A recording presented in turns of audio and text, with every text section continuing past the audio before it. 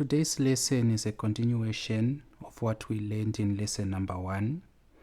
We are still looking at the accounting equation and the application of this equation through cases 1 up to case 5. So let us have a brief summary of what we did in lesson 1 so that we can pick from there and proceed to lesson 2. In lesson number 1, we introduced the aspect of an accounting equation which goes assets are equal to equity plus liabilities. So we defined assets as that which the business has, then equity and liabilities explain where we get those assets. So equity, this is the claim the owners have over the assets of a business, and liabilities, the claim which lenders have over the assets of a business. We had case number 1 where we have an owner who is starting a business, a bookstore business, and they contribute $1,000 which they are going to deposit into a bank. So if we want to record this transaction, knowing of course that every transaction has to be recorded using the double entry system because every transaction affects two parties, typically a buyer and a seller, but we are always going to have two parties being affected by any financial transaction. So the 1,000 which the owner decided to invest into this business is going to be recorded as assets. So we have $1,000 as assets. But we still have to ask ourselves a question. Where did this $1,000 come from? We do not expect manna. We do not expect miracle money. We expect to know the root, the source of where the money came from. So because it is the owner who invested this $1,000, we are going to record it under equity. So as you can see, the equation is balanced. The books are balanced because we are having a case of 1,000 being equal to 1,000. 1,000 under assets is equal to 1,000 under equity plus 0 under liabilities. We then went on to case number 2 where the owner borrows $1,000 from the bank, which means we are also going to add to the assets of the business 1,000 plus 1,000 giving us 2,000. So we now have $2,000 in our business. Where did this 1,000 come from? Because it has been borrowed, it is going to be recorded under liabilities. So this 2,000, we have 1,000 coming from equity, that is the owners, and 1,000 coming from liabilities, in our case, the bank. So this is a quick summary of what we did in our earlier lesson. In lesson number 2, we are going to start from case number 3. And in case number 3, we are talking about the business purchasing inventory. So the business purchases inventory. We always have to define terms. So what do we mean by inventory? Inventory, this is trading stock. Or simply put, we are talking about something the business buys for resale. So it buys it with the intention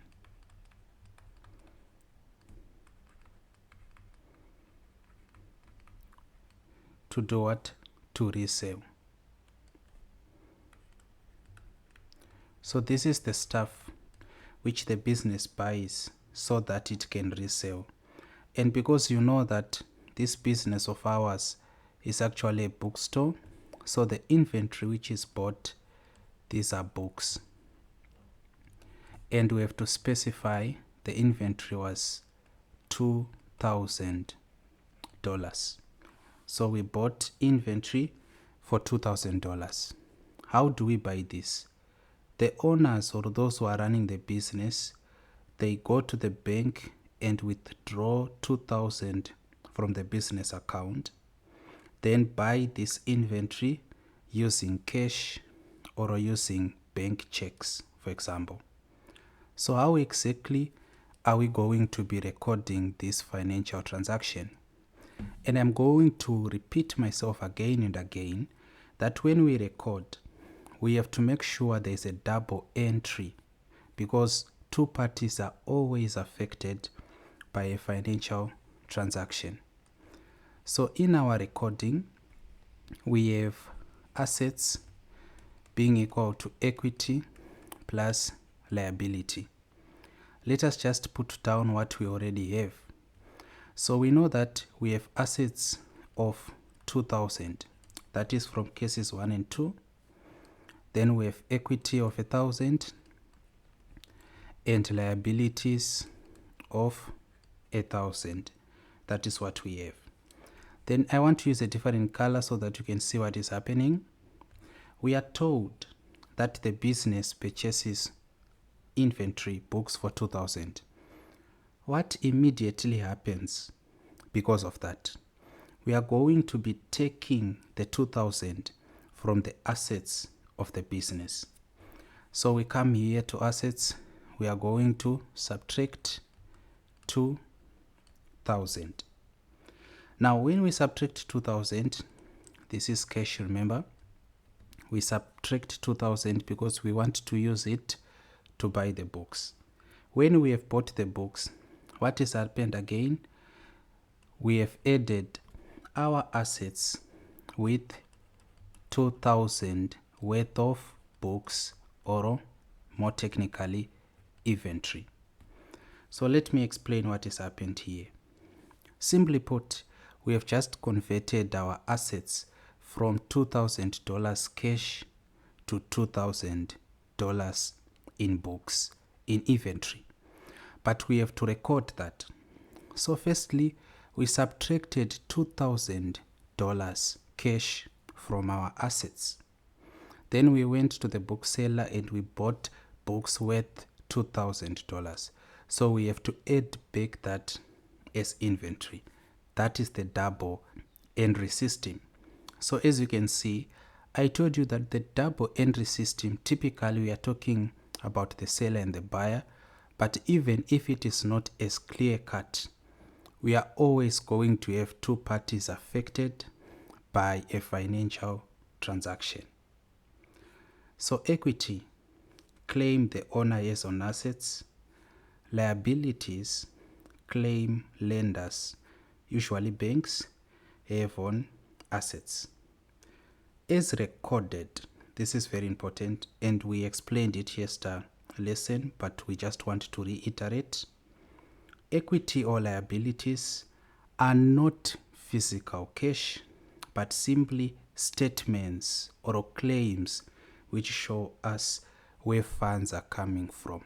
So when you receive funds or whatever is assets, you have to be able to answer where those assets are coming from, hence equity and liabilities. So if you have any questions, please don't hesitate to use the comments to ask. But this is our case number 3, where we bought inventory. Let us now go to case number 4. In case number 4, what is happening? In case 4, the business sells books costing 3,000. So the business sells inventory, and we already know that this inventory, these are books costing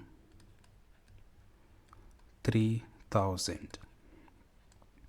So as we already know, the main aim of a business is profit maximization. Every business wants to maximize its profits. So when we have bought books inventory for 2,000, it is reasonable to sell the same books for 3,000 because we want to cater for the costs we incurred whilst buying the books, and then we add a markup which is going to be our profit. We take that profit, we can invest it back, or we can give it as rewards to the owners of the business. Either way, that helps the business to be in perpetuity. That is for the business to continue functioning efficiently.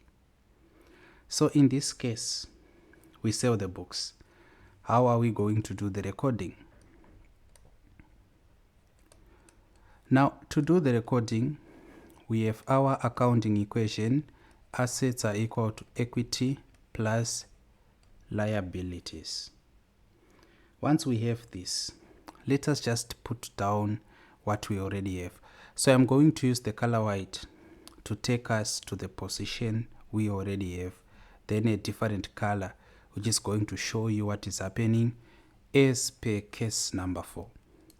So we know that at this current position, if we take a snapshot of the financial position of the business, we are having 2,000 as inventory. Where did this come from? 1,000 was contributed by the owners, 1,000 was contributed by the lenders. Then what did we do? We are going to take this 2,000 and sell it off. So it's a subtraction. We are going to subtract 2,000. This is now what is happening as per case number 4. Subtract 2,000 inventory. Once we have subtracted it, we are going to be selling it. That's why we subtracted. What are we going to add to assets? We are going to add 3,000. We are going to add this 3,000 as cash because we receive cash when we sell the inventory. But if we stop here, I want to show you something. We are going to see that we have $3,000 as cash, that is assets. But when we look at the claims, that is equity and liability, we only have 2,000.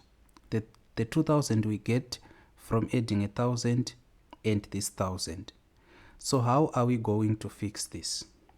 Because we are now having a situation where we have more assets than claims. So we have more assets than claims, which is leading to an imbalance. We always want our accounting equation to balance. We always want our financial position, the financial position of the business, to be balanced. So how are we going to correct this? Where are we getting the extra $1,000? Because from the claims we see that we have $2,000, but under assets we have $3,000. This $1,000, it's of course profit because we got it after we added a certain markup to the sale of our inventory. So it's profit. But where do we record this? It is recorded under equity. So it becomes profit like this. What this means is we now have assets equal to equity plus liabilities. We have 3,000 in assets, cash. We have 2,000 in equity, including profit, and 1,000 in liabilities, which means it's balanced. The reason why we put it under equity is representing the owner.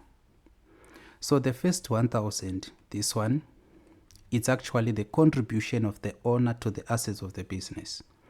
But this 1,000, it's also taken as a contribution because it is the owner who did or made the decision to sell the inventory, risking it, of course, because this is entrepreneurial. You are risking selling the inventory and got an extra 1,000. So it is put under equity. So this is very, very important. And we should also acknowledge how different it is from the case we did here, which is case number 3. In case number 3, everything is happening under assets. And we are also going to see that if we are going to want to know our financial position, we are going to discover that we still have 2,000 as assets, but they've changed from cash to inventory. And we still have 1,000 under equity and 1,000 under liabilities. Everything is balanced. So for case number 3, we were just changing the form of assets. That's why that did not affect the claims part, which is equity and liabilities.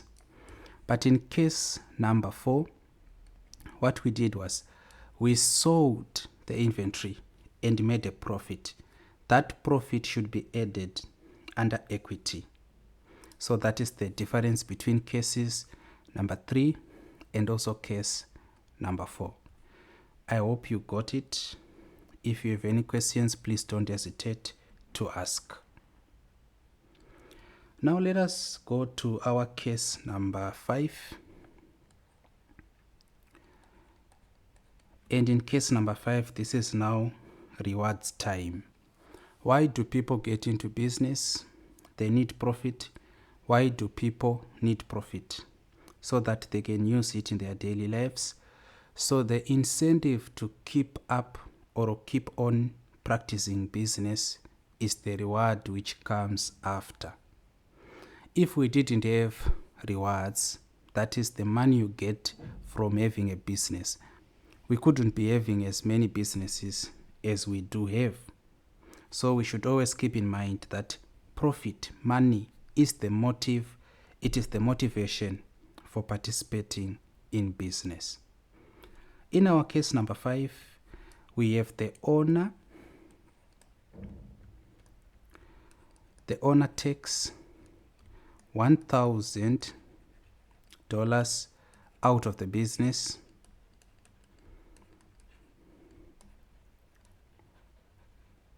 for personal use.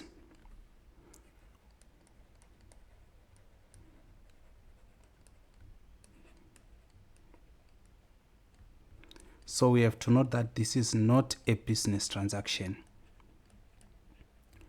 Before we get into it, we have to acknowledge something. This is not the first time the owner taking money out of the business. The owner took money out of the business in case number 3 where the owner bought inventory. So the owner had to go to the bank and withdraw from the business account so that he or she can buy inventory. The difference between the owner taking money from the business to buy inventory and our case number 5 where the owner takes money from the business for personal use is that in case 3, that's a business transaction. The money was used for business. But in case number 5, that is for personal use, nothing to do with business. So it is not a business transaction. How then are we going to record this? So in recording this, assets equal to equity plus liabilities. What do we have now? As yet, we have 3,000 of assets as cash, then 2,000 equity, 1,000 was a contribution, another 1,000 was profit, and then 1,000 a year. So everything is balanced as yet. But what is happening? What is happening is the owner comes here and takes away. So it's a minus. We are subtracting 1,000. So this 1,000 is taken away from where? From the assets. But who is taking it? The owner. So this also has to affect what? Equity. So we're also going to subtract 1,000 from equity. And what does this indicate? This indicates that we have a claim decrease of 1,000. That's the indication. So that is how we put it across, so that if we want to know what is happening now, assets being equal to equity plus liabilities, we know that under assets, we now have 2,000 because it's 1,000 minus 1,000. Under equity, we have 1,000 because it's 2,000 minus 1,000. Under liabilities, we have 1,000. So everything is now balanced. So that is what we do, and this is the end of our cases. The main takeaway here is double entry. Every transaction is going to affect two parties. Then secondly, always keep the accounting equation balanced. So if whatever you do to the accounting equation leaves it imbalanced or unbalanced, that means there's a mistake somewhere. If you have any questions, please don't hesitate to ask. If you have any contributions, do the same and put your questions and contributions in the comments section. We are going to try to attend to them. If you find these lessons helpful, may you please consider subscribing so that other students might also find the necessary help. Thank you and take care.